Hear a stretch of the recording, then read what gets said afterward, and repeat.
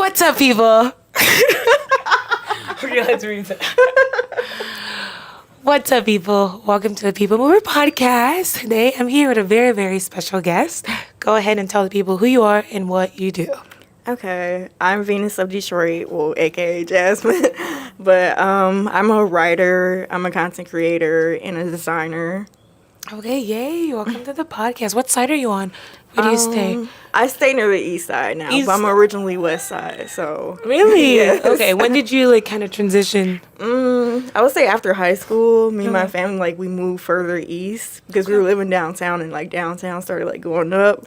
So we were The prices. okay. Yeah, so we're move further east now. Yeah, I think that's crazy. Even it's getting worse even till today, you know? I feel like a lot of people who grew up in Detroit, they're getting pushed out because the prices are getting raised up, even in the east side. And that's a bad quote unquote side. Yeah, every time they start renovating in the neighborhood, the price is about to start going up, and people are gonna be pushed out. It is crazy because people are it's supposed to be exciting. All these new restaurants and new buildings and everything aesthetically looks better, but it's it's not exciting. It's scary for locals because it's everything's gonna go up. You know what I mean?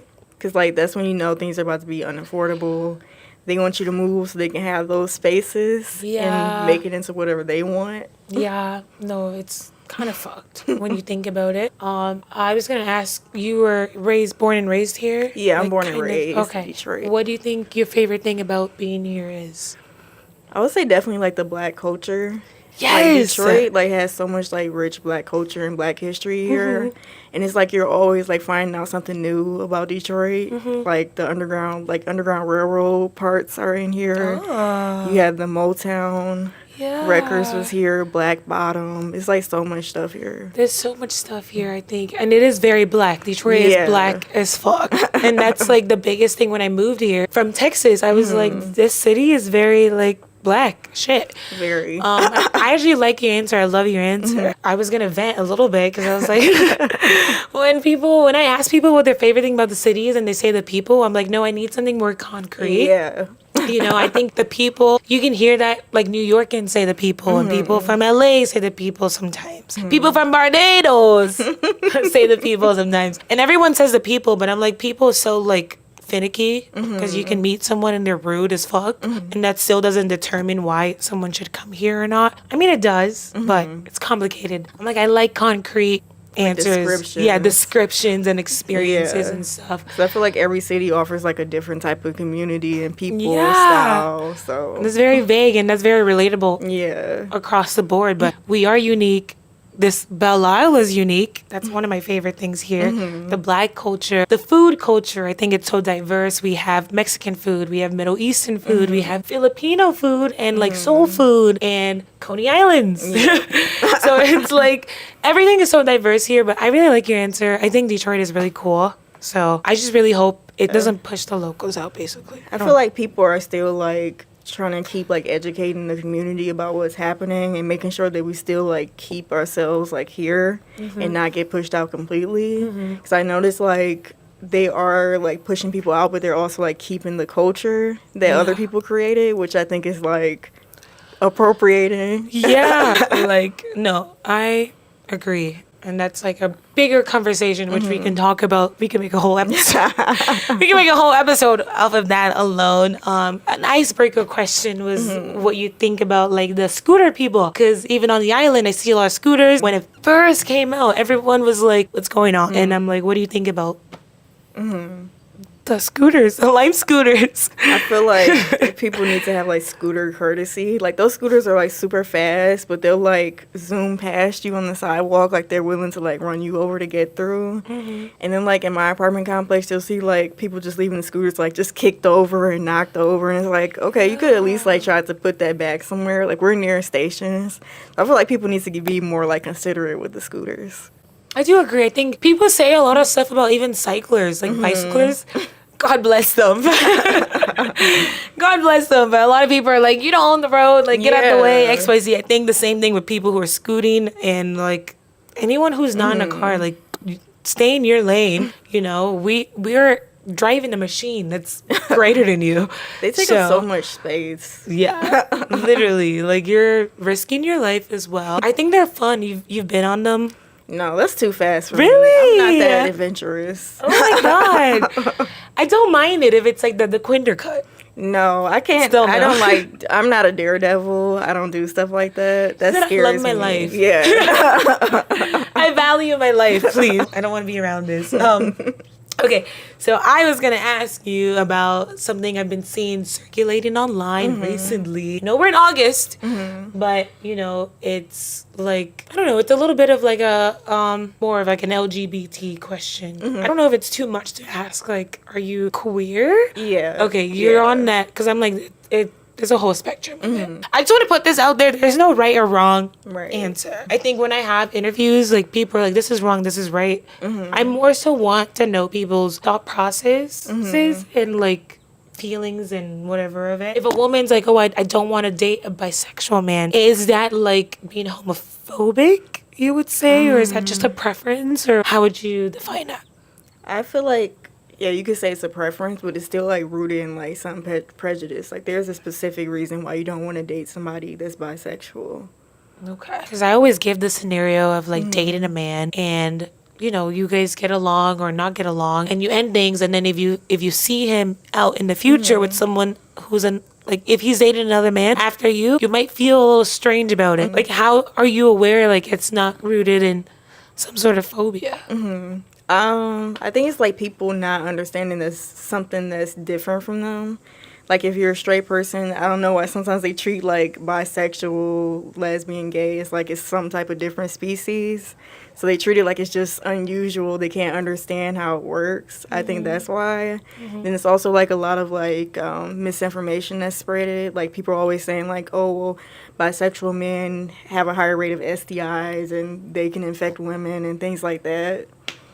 That's actually a big one also, like even with like HIV. I hate to say that word, but it's like, you know, people talk about, oh, this community has this more. So, and I don't think that's not valid because a lot of Black women can get affected from that. And that's not even because being XYZ is going to give you AIDS or being like whatever. But it's just like I don't know, it's good to be aware. I feel like I'm not putting all men in the category, but they're more risky as species. So it's like it's good to know like what I can potentially be getting into. I think that is tricky. I don't know, it is a topic that I hear about a lot in our community.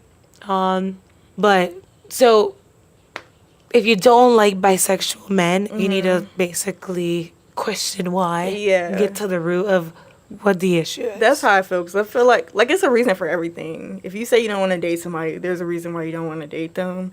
I feel like it's okay to be like, okay, why do I feel that way? And like when I hear straight women give their reasoning, it's like always something like that. Or it's that, oh, bisexual men don't actually like women, bisexual men are actually gay, and stuff like that. I feel like it's just misinformation and like a lack of understanding of like other sexualities. Yeah, I think so too. That's usually what it is. I think, especially like you think it's easier, not easier, but it's like society accepts bisexual women more than men. I feel like with men, there is no bisexuality. No. Like if you even like men a little bit, they accuse you of being gay. You know what I mean? And I see that in our community, even with straight women. Like if you like men a little bit, you're gay. And they don't give people the same room they give women. Because the same people saying that shit, I'm like, you've been with women and you can be like, oh, I don't like this. That's what's crazy, like hearing like a bisexual woman say, yeah, I don't want to date a bisexual man. It's like y'all have the same interests, the same attractions. Yeah. It is like it's a hard conversation to have. I think, I don't know if it's religion, I don't know what it is, but there's certain things that stems the biases. Yeah, I think it stems from Christianity. And like Black people, I feel like in general are like conservative, like culturally conservative. So a lot of this stuff is like, I never heard nothing like this. Like, this is crazy. Yeah. Black people are Republican as fuck. Yeah. Like, when it comes to, like, their beliefs and stuff. They are. And they don't think they are. I think it's because Black people, a lot of them are religious. Yeah. It's outside of race. It's just women's rights and it's, like, LGBTQ, like, rights and stuff like that. Which makes me want to talk about Black capitalism, which is another thing where I'm like, Black people, they don't think they're Republican. Yeah. Like, you're giving capitalists. You're giving... I don't even know the words. I'm so bad with my words. So you are also like kind of like a I don't know, journalist, writer. Yeah, like I do like a lot of like social commentary stuff, culture commentary. Yeah, I'd say like just a commentator or something. She's just a commentator. She's actually like Carrie from Sex and the City, and she just be writing her little thoughts and her little like blogs, which I love. I think you did something recently about Black capitalism, which I wanted to touch on. I think you talked about like people like Tyler Perry. You talked about people like Jay-Z and Donald Glover, which I don't know. They're all very problematic in their own way. I have a couple questions about that. This is very generic. Everyone's been asked this. Can you separate an artist from their art? I feel like no, because like their personal beliefs, like your personal beliefs go into your art. Like the things that you're influenced by, the things that you believe, you're putting that into your work. Like Jay-Z, like he loves money. He's talking about money in his songs. He's talking about investments in his songs and business in his songs. Like he's telling you what he believes in his music. So I don't think you can separate the art from the artist. I don't think so too. Like, unless you're very off grid. Yeah. Like you're really just like, oh, I listened to this record. And I think to know an artist means you're watching their interviews and they're like, you're seeing like their day-to-day life. You can't always take what an artist says on their music as their belief. That's true. You know? So I'm like, but if you know enough, if things are like world news, that's enough for you to pick a stance. Yeah. You know what I mean? I mean, I don't know. How do you feel about Kanye West? Like Kanye, he's like he puts all his personal beliefs in his music. So like that's what I be thinking about with his music. Like if you listen to his earlier music, he's more like conscious and like introspective. So you see that's the phase he's going through. And then later on, he's like more materialistic and talking about fame all the time, how much money he has, women. Like it just, you can see his like views like changing like throughout his music. No, you're right, actually. But he does talk about even this weird, controversial, and cancelable thing about the J-word community. It's like he puts that in his music, too. His music, he's come up about those people and, like, all of that. So I do think people have a little bit of truth in their art. That's how I feel. That's a good take. Yeah. Fuck, I'm always like, I do separate to an extent because everyone's controversial, especially male artists. I'm like, you guys are all controversial. So you gotta be able to enjoy it for your own, what you're gaining from it, not what your life is about. But I think it's good to not like separate both, you know? Like, I don't think like being a fan of somebody is like necessarily like co-signing what they're talking about. But still, like, it's not separate from who they are, though. You're still, like, supporting them, though. Yeah, I agree. What do you think about, like, criticism with successful Black people? When people do that, it's like, oh, you're tearing a Black man down. Or you're tearing your people down, XYZ. And it's like, people think criticism of people who look like you is, like, a form of betrayal. I'm like, how do you navigate that conversation? I don't like that because I feel like that's kind of like manipulative, where it's like, oh, well, you're pro-Black, so you can't say this about another Black person. It's like there's no like nuance to it. Like, oh, like you're just automatically supposed to support this person because they're Black, and it's like we're all like complex human beings. It's not just we're Black. Like there's other things to us. No, I agree. I feel like it is complicated though, but I do think we can support Black people who are doing good. Yeah. And there's so many of us that are doing good things and have good morals. They don't have to be billionaires. Yeah. You can still support people who are successful and educated. Like women are like the most educated people, like even in the country. So it's like you can support that without supporting like the bullshit. Yeah. I don't like when you're calling people out and they're like, you just want to see a Black man suffer. That's the whole shit with Megan Thee Stallion and Tory Lanez. It's like, oh, you're tearing down a Black man. No, he is an abuser. He's actually abusing Black women. So it's like you can actually throw that argument back. You're supporting someone who's tearing down Black women, Black people, their own community, which we see a lot. And I think people don't get that. Like when they're saying like, oh, you're tearing a Black man down, but it's like someone that's been violent towards Black women, like you're not even considering like how that sounds because you're so used to saying like talking about what Black men go through.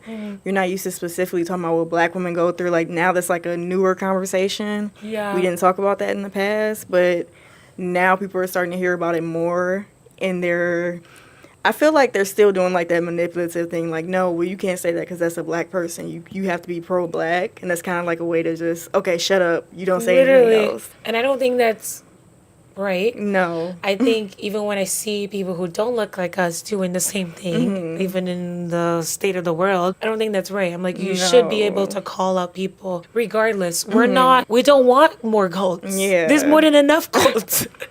We don't want people to just be blindly following people regardless just because they support them. I think that's very weird to see. It's creepy. It's creepy. I feel like a lot of people like encourage that now. Like, oh no, you can't criticize that person because they're famous or they're rich. Like, you're supposed to agree with everything they say. That's creepy to me. Like, it's almost like you're following like the leader, like you're like a robot or something.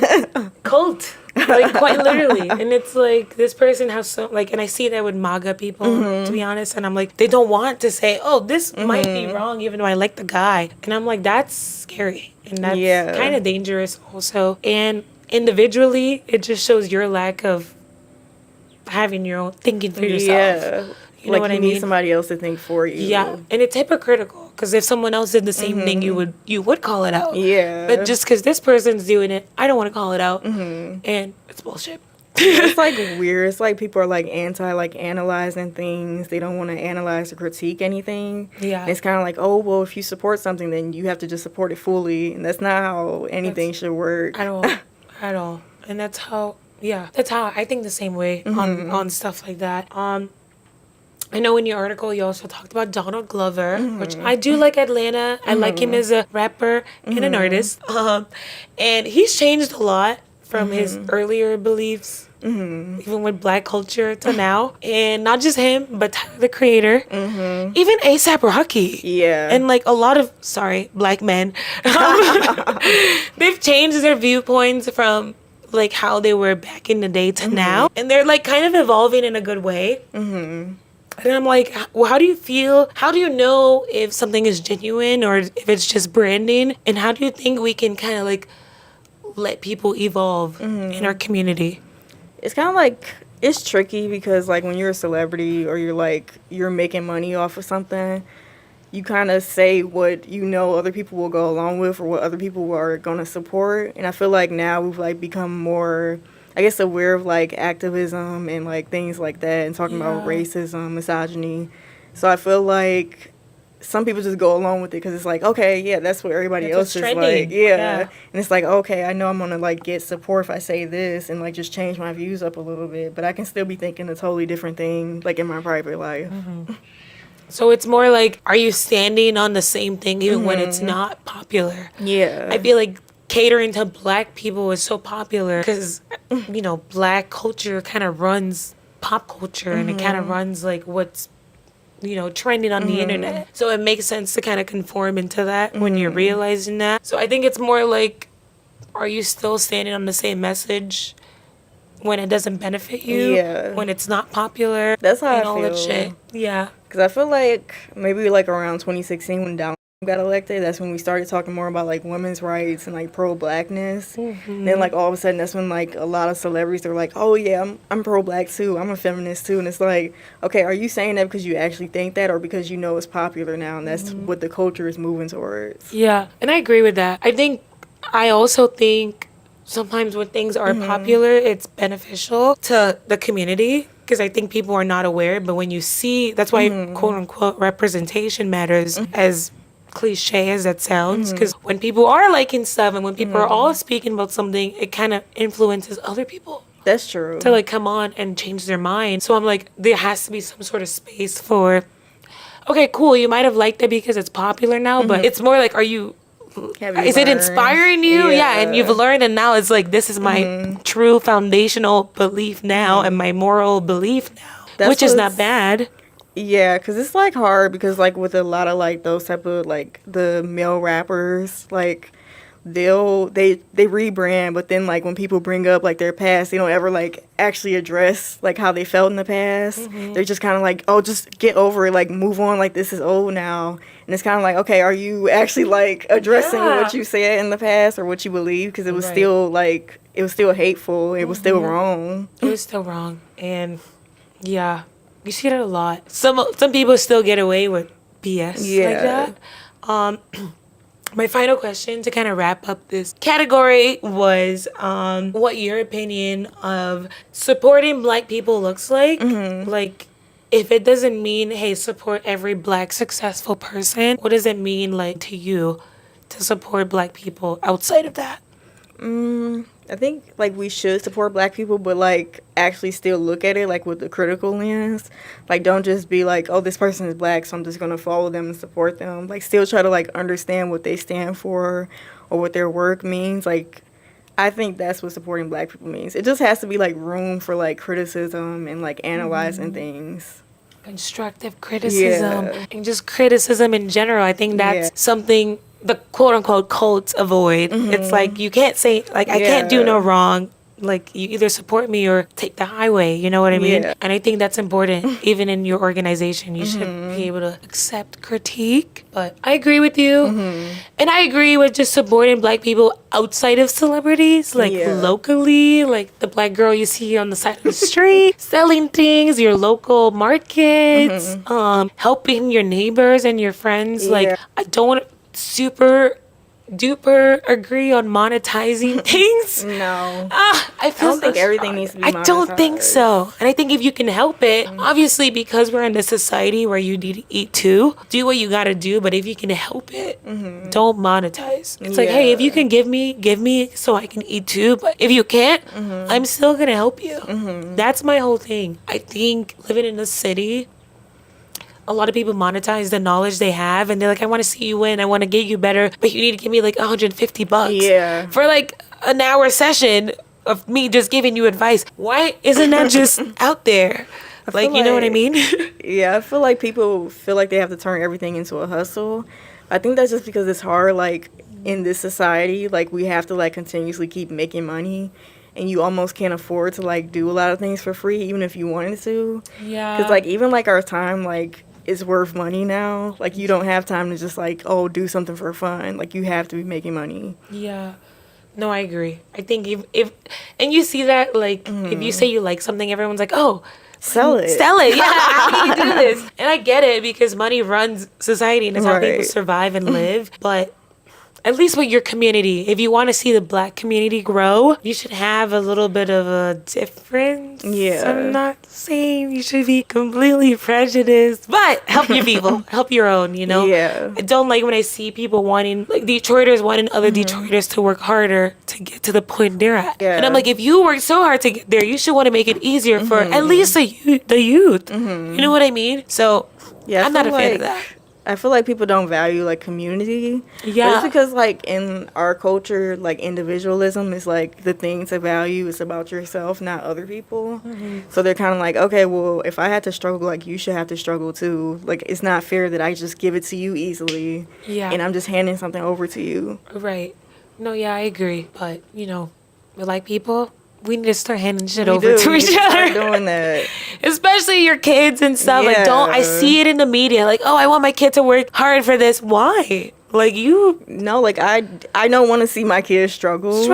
I struggle. I don't want them to go through the same thing. Exactly. You should want to see that it's like, I worked hard to get here and I knew it was shitty. I don't want you to have to go through all these like, hurdles. You know what I mean? Like, you're supposed to work hard so the future generation doesn't have to work as hard. It's hard. Exactly. I'm like, isn't that the goal? We're forgetting that.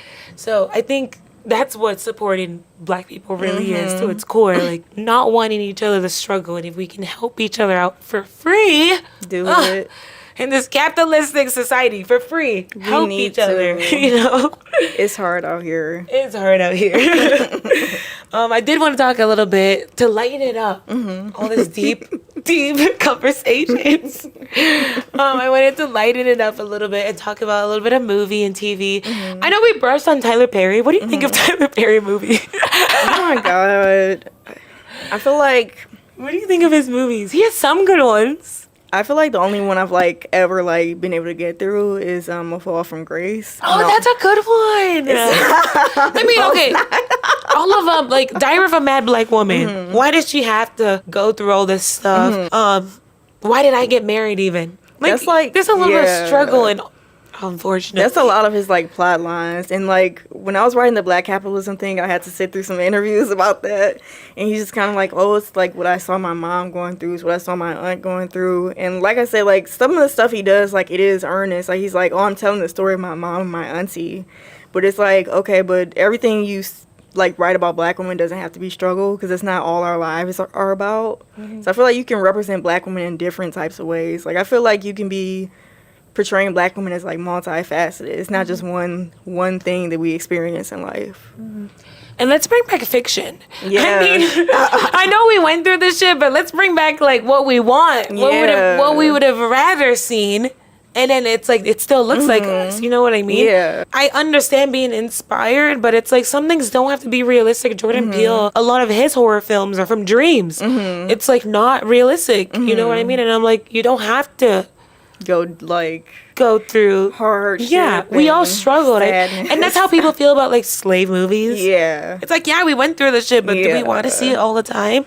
No, I feel like it should be like a variety of different Black stories to tell. Yeah. I feel like people just go for like, oh, this is what people want to see. This is what always sells and people talk about. So I'm just going to keep putting that out there. But I feel like we just need like multiple types of Black stories, because all stories need to be told. Amen. And I'm like, if your niche wants to be struggle cool, I hate that you're doing so well. I do like that he's putting like, you know, Black people on his team and stuff like that. He's very problematic though, so I don't want to give him too much flowers. But it's like I like different sections. I like Insecure with Issa Rae, and I'm like, it's showing Black women just dating and living their life, and it's like outside of like deep systematic struggle. Like it can be, but like it's just day-to-day life. Yeah, different vibe. It's not. That's why I like watching like the Parkers or the game. Like rewatching those. It's I like, love the game. They're so like, it's kind of like a fantasy world still. It's messy, but it's still like, okay, this is not Tyler Perry type of struggle, even though they were going through My Wife and Kids. I don't know if you ever watched My Wife and Kids. I really like their story as well. I was gonna ask you what your what TV couple do you think represents a healthy relationship? Because I think of that show, My Wife and Kids. I'm like, that was pretty healthy. Yeah. Because sometimes I think of like Dwayne and Whitley from A Different World. Like, their relationship had like its ups and downs, but it's kind of like they were trying to portray it as like a positive representation of like Black love. It's not perfect, but like the whole thing is like we love each other and we support each other and we're a unit. So I really like their relationship a lot, to the point where I got like a picture of them up on my wall. That's so cute. I love that. I love putting like movies and music and stuff like that like around me, whether it's a poster or like a physical copy of it. I would agree with that. I think A Different World was a really good show. I think I'm trying to think. It's really cliche though. Most of the things I watch, like it ends up in a happy ending. So I'm like, that's always like, most of it, they go through shit and I'm like, this is bullshit. But I like the way they like came together at the end of it. So I think that's what makes things healthy, being able to communicate if you can get through it. Yeah. If it's not some crazy fucking Tyler Perry ass bullshit, you can get through it. Yeah, I like those type of like, oh, it's realistic. Like we have like our struggles, but we still like, we make it work. I like that type of like portrayal for relationship. Yeah, I would say so. I'm very much a romance girly through and through. I don't think there's a lot of rom-coms these days. No, it's they not. used to be like rampant back in the day, like growing up. It was like every week. Yeah, there were so many rom-coms like back in like the 2000s and 90s. Yeah. But yeah, it's not really like a lot of like feel-good stuff out anymore. A lot of stuff is like very like dark, dramatic. We're not having like Euphoria. That's an example of like struggle relationships. And I'm like, why are we're not promoting it. I think maybe they're shining light to like some of this shit, but I think we need to bring back the feel good stuff. Like I think we still need like some things that make us feel hopeful, or just like a little like escape, because like things are hard right now, and that's when you really need real life is hard. Yeah, you really need something that makes you just happy and escape from the world for a little bit. Yeah, and that was a big thing about movies. Movies can change your whole personality and mindset for the week. Like you come out, you're like, oh, I'm gonna do this better. It's almost like a lesson. And we learned that with reading books. A lot of people can't read these days. No one knows how to read anymore. No. So I think people need to put it forward in their art and in like movies and in shows, because I think people consume those more. Even it's good to be realistic, but being realistic in this day and age is so dark. You also need to be inspiring. You also need to motivate people like, hey, let's not think so darkly. Let's look at it this way. So that's my 2 cents. I think we can do better with having more feel-good movies. Have you seen a feel-good movie recently? A feel-good movie recently? Oh my god, it's new. Like not so, I don't think so, because like so much stuff I was like these dark. Okay, animated films, in my opinion, are always feel-good. They are feel-good movies. And like sometimes it's like maybe they're just catered to kids. Don't know why adults can't get good things too. Whatever. I seen the newest Toy Story about the iPad kids, and I'm like, damn, it's gonna end so dark. It ended really on a good note. Aww. It ended on like we can do both. It can be balanced, you know. And I love stuff like that. I think that's probably the only one I have. It's not. No, like I can't think of any like movies I've seen lately that are like, oh, like I haven't seen any. One of them is dark, but it makes you think. Like, I don't know if you've seen the drama. I haven't seen that yet. I actually plan on watching that because it just came out on HBO Max. I was just saying it's on Max now. Zendaya killed it. I want to see it so bad. It's so good, and it's like, okay, sorry for spoilers, and I'm not really trying to be spoiler, but just to be broad, it's like, is it like because she was planning the mass shooting or something? Yeah, so I'm like, would you date someone if you found out they planned something crazy? Like, what would your point of view be?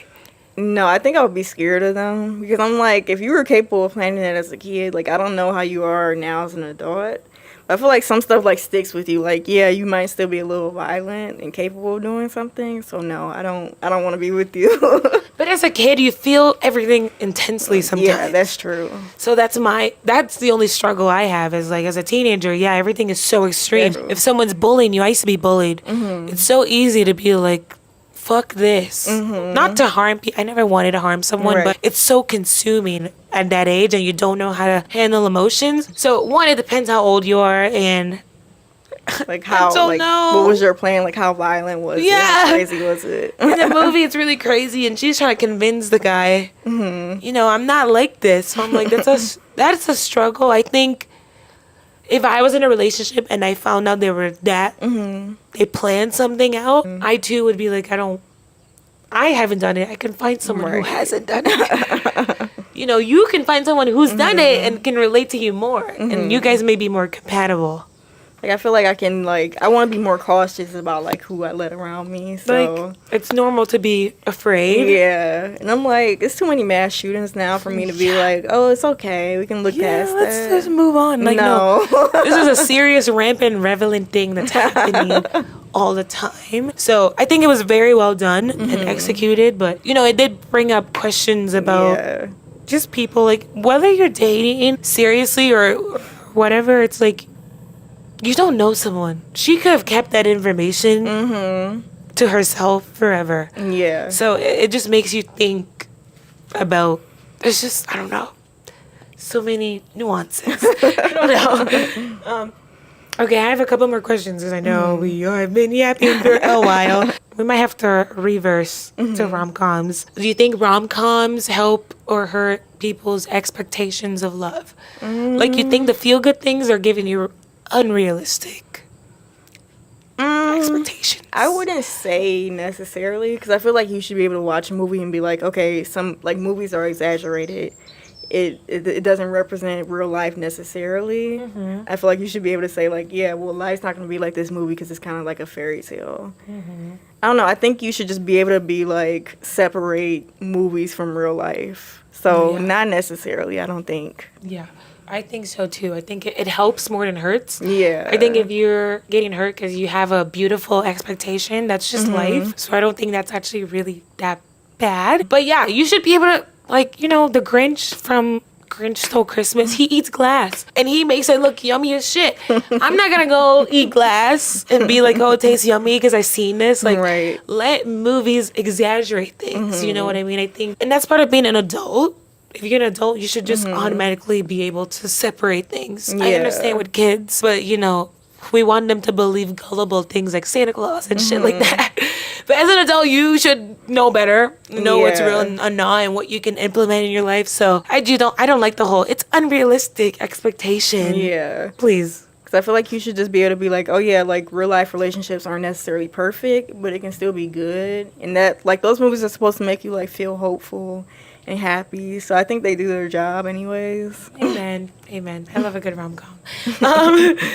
I was going to ask you about 2 more.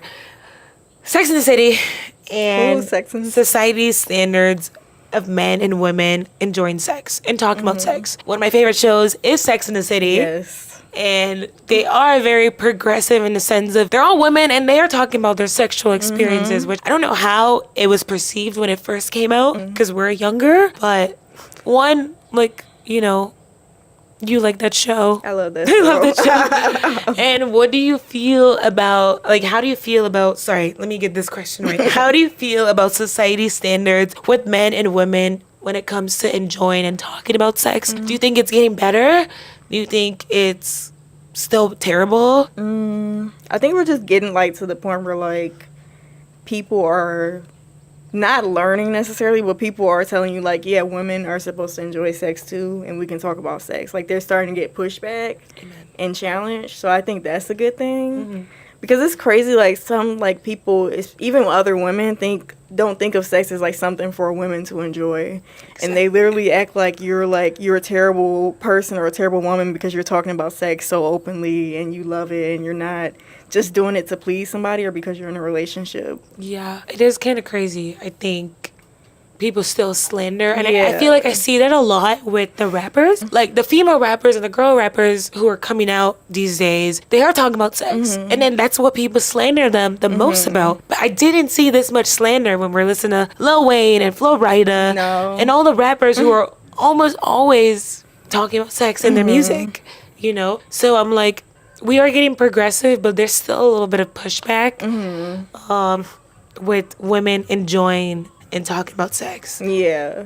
And it's an important conversation because women, they need to enjoy, like, sex is not it's not about a man's pleasure. It's both.